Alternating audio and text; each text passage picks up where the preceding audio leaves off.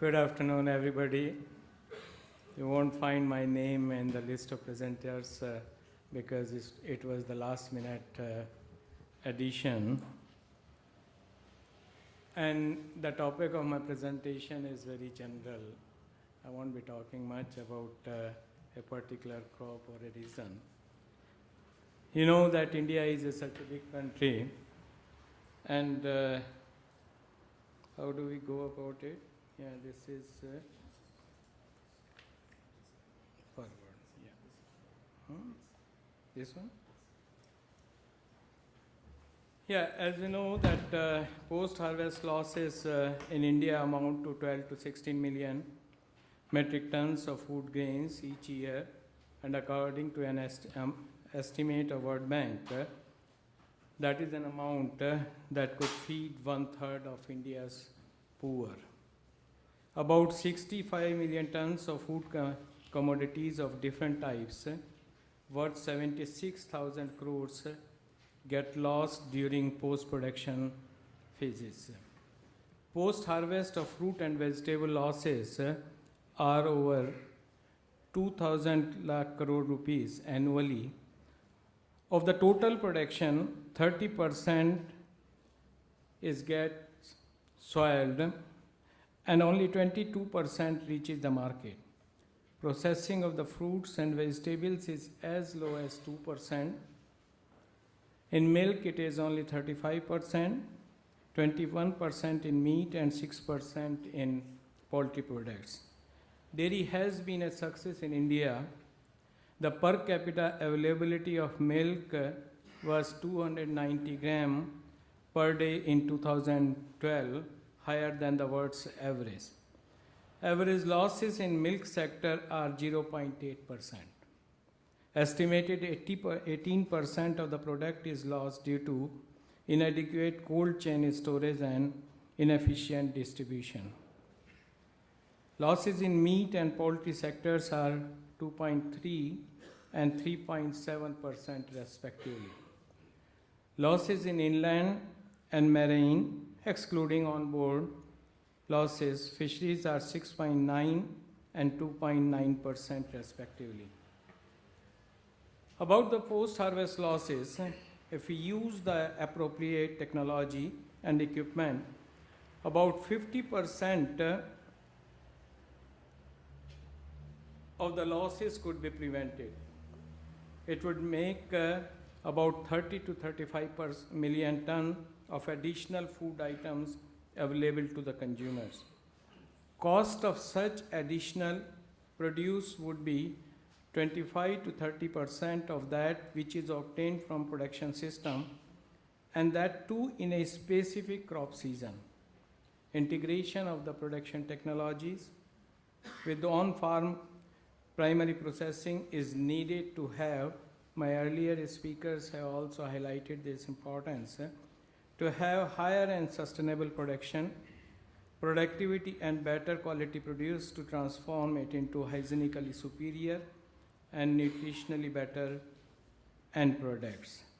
There was a study in India conducted during 2005 to 2007 to assess only quantitative post-harvest losses in about 46 crops commodities. Under this study, 106 districts covered all over India, making about 20% of the total rural districts of the country. The country is divided into 15 agroecological zones, out of which 14 were covered under this study, except the island region of the country. Data collection was through inquiry as well as by actual observation in farmers' field. 33 separate schedules were developed for complete enumeration of villages in the study and the farm operations covered, harvesting to picking to collection to gathering to threshing to sorting to grading, winnowing, cleaning, sieving, drying, packing, transportation, storage at farm and household level. So all operations of post-harvest, they were covered in that. and market channels were also covered, like storage at warehouse, go down, cold storage, wholesale market, retail market, and processing units. So that way it was an exhaustive study, and the result, what we got is, we have classified into different groups, like in cereals, pulses, oil seeds. We had covered several crops which are the major crops of the country, like the wheat, paddy, and we observed that the range of post-harvest losses were 4 to 13.5% in the cereals, pulses, and oilseed together. The maximum being in the groundnut and rice, in paddy and wheat, which are the principal crops. The losses were between 9 to 10%. And maize, which is globally an important crop, we observed that the losses were about 8%. One very interesting feature was observed there, that we categorize the losses into different operations, like the farm operations, starting from the harvesting to the taking it to the threshing floors, then the threshing mechanism, and then grading, sorting, and all these things. Then the farm storage, whether it's stored at the farm or in the godowns, and the market channel storage, transportation also. We found the maximum losses were observed during the farm operations. Followed, there were little losses, 1 to 2% during storage, and then in the transportation and subsequent storage also. Same was the case in vegetables also. We studied for different vegetables, and the maximum loss was observed in case of tomato, and the range was from 9 to 23%. And the earlier trend, like farm operations, we had the maximum losses, followed by the market channel storage, and some problems in the farm storage also. We observed in the fruits also. So in the fruits, we observed that maximum losses were in guava, followed by grapes, apple, and other crops also, and the similar trend was observed in those crops also. When we calculated the losses, it came out to be about rupees 500,000 million rupees annually at the basic cost in the year 2008-9. But I have been told very recently that it has gone, according to the present cost of these produce, taken together the annual losses are about rupees 972,000 million rupees annually. Why are the post-harvest losses, and what are the variables for that? Post-harvest losses vary depending upon the crop type. That's a point we should be very clear about that, because with the inclusion of so many improved varieties, in which one of the characters we are targeting is now developing the varieties with longer shelf life. So that also affects the post-harvest losses also. The reason, that's also very important, in which part of the country, which part of the world we are working with that. The culture, that's also very important, that what is the culture, I mean, whether, what type of this awareness is about the food commodity. Then the weather is also very important. I tell you that our losses, we were trying to minimize or reduce the post-harvest losses, but sometimes the natural calamities, like in Odisha, you would have heard about the cyclone Phylline. So because of that, the crop was damaged, and the losses were more. Similarly, in Andhra Pradesh state of and Telangana of India, there were other earthquakes, the cyclone. They resulted in greater post-harvest losses also. And then another important point is the farmer's income. how much is the farmer's income, how much he can invest, how much input he can provide to the crop, how much to the post-harvest produce to protect the post-harvest losses. Loss variation is also due to the food demands at different income levels. A rich person goes for more of the quality fruits and vegetables, whereas the poor person will afford to have, my previous speaker was talking about the differential in the perception of the quality of the food also. I totally agree with that. And the losses ranges from mechanization of practices such as harvesting, you all know that, and we have been discussing about it. There are three key factors. One is the poor storage. Everybody will talk that the losses are more under poor storage, though I mentioned about the farm operations.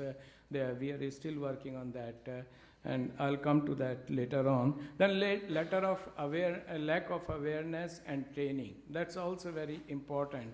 And then the third is the limited data. When I tried to pull all the data available for India, I found that there were so many studies isolated from different places, then different crops. And so, I mean, the data is limited. I'll come to that later on in my presentation. And this is just to present that the losses are more at different stages in the developing countries.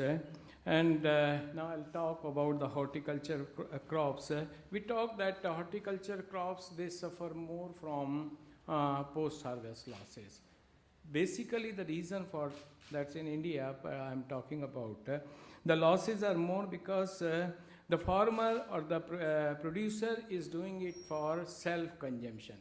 He doesn't have any incentive for post-harvest processing of the fruits. And sometimes there is distress sell also. I mean, he produces and he is afraid that the proper market price won't be available to them. And then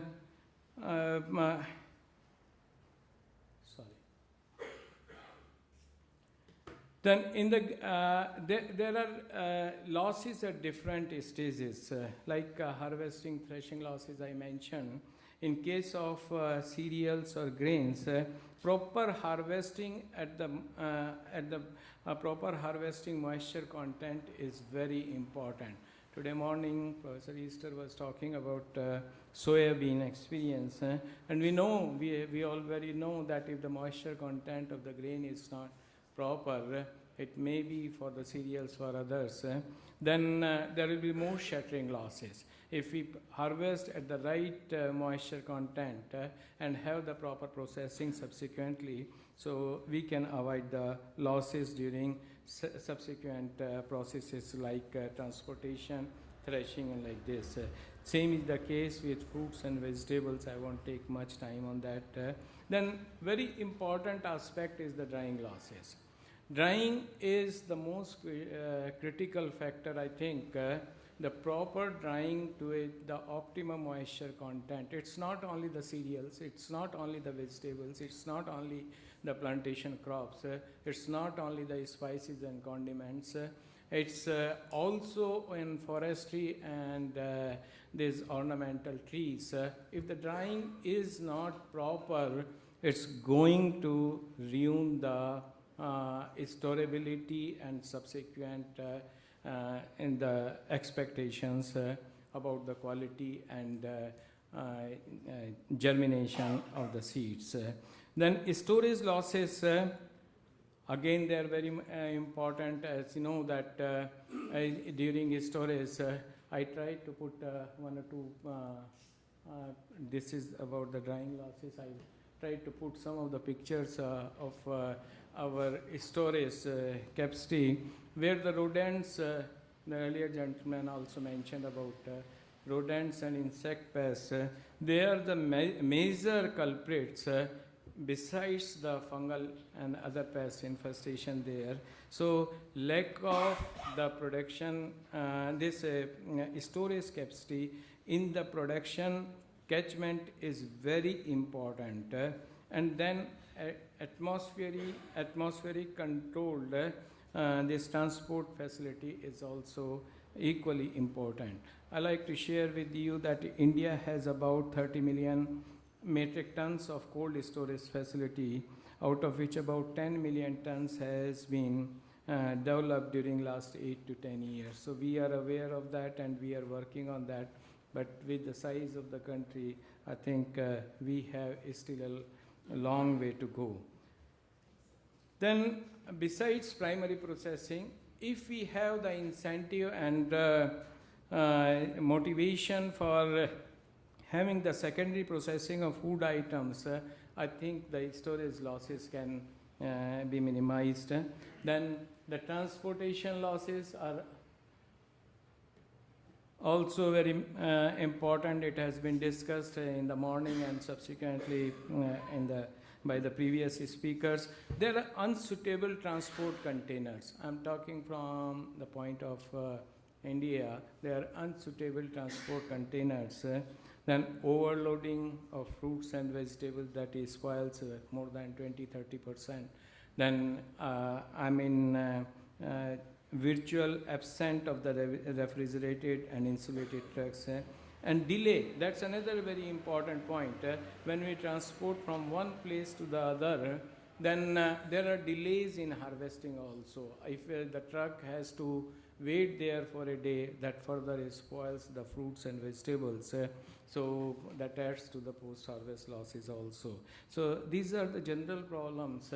What in my university, Rajendra Agriculture University, Bihar, in collaboration with the University of Illinois ADM Institute for Prevention of Post-Harvest Losses, July this year, we have started an extensive project on assessment and management of post-harvest losses. We have taken 2 districts, Samastipur and, I'll finish in just few minutes. Samastipur districts and Begusarai districts, we have selected 2 crops in which all usual interventions we have targeted, like for harvesting, grading, drying, threshing and milling storage. So we hope, we are very excited with the project and we hope to get some very useful results for that. Then there are certain the future needs, current and future needs, reduction of post-harvest losses by proper on-farm operation, farm storage, suitable market channel, and for that awareness creation is very important.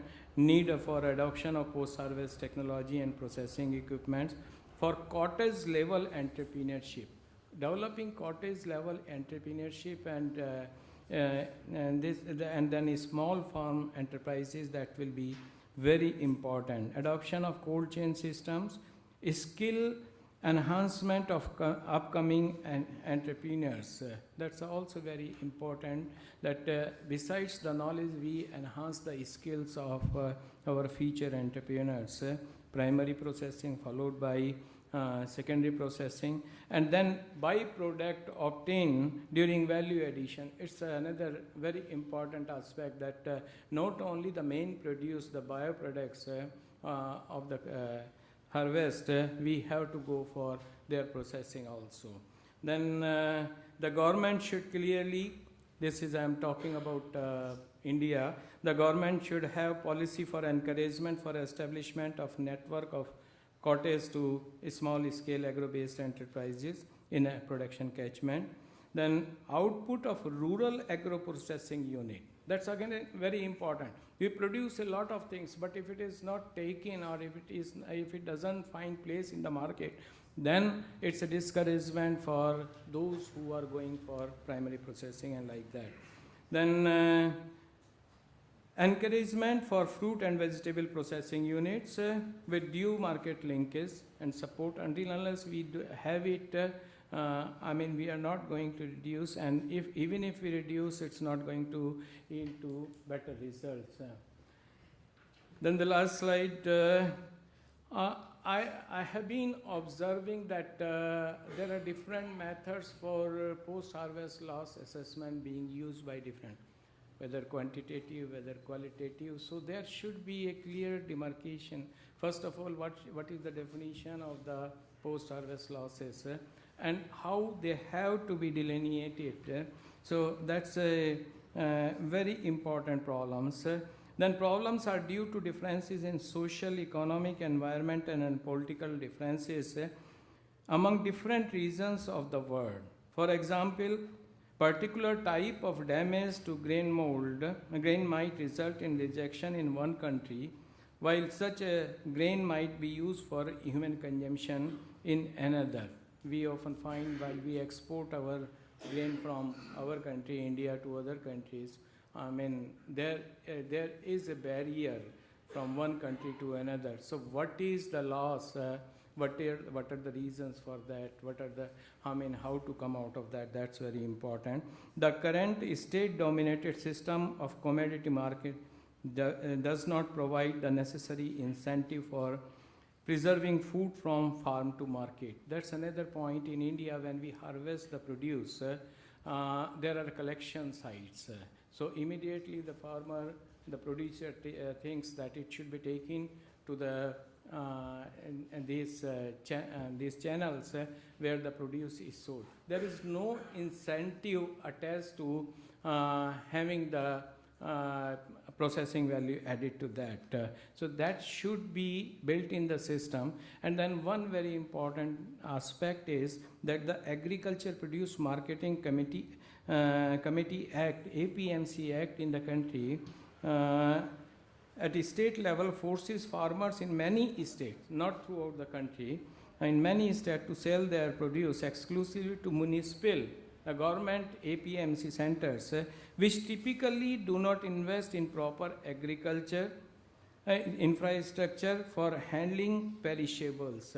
That's a very, when we visit a lot of, you would have seen in TV news also, many times even in government godowns, a lot of food grain is destroyed because of the poor infrastructure. So these are some of the suggestions though related to India, but I think needs consideration worldwide. So I thank you very much, and I thank the ADM Institute for giving me this opportunity to be with you this afternoon. Thanks a lot. Thanks, Ed. Yeah. I think in light of the time and lunch, we're going to skip on any further questions, but I really appreciate everybody being here this morning / in the early afternoon. Thank you to all the presenters, our keynote presentation, to the individual presenters. I think it was a great overview over a number of different value chains, starting with and having two of the most populous, or the two most populous countries in the world represented, to give an overview of post-harvest loss has also been excellent. So look forward this afternoon. We're starting at 2 o'clock, so lunch hour is something like a half an hour or whatnot, so I hope to encourage you to get back to the afternoon sessions by 2 o'clock.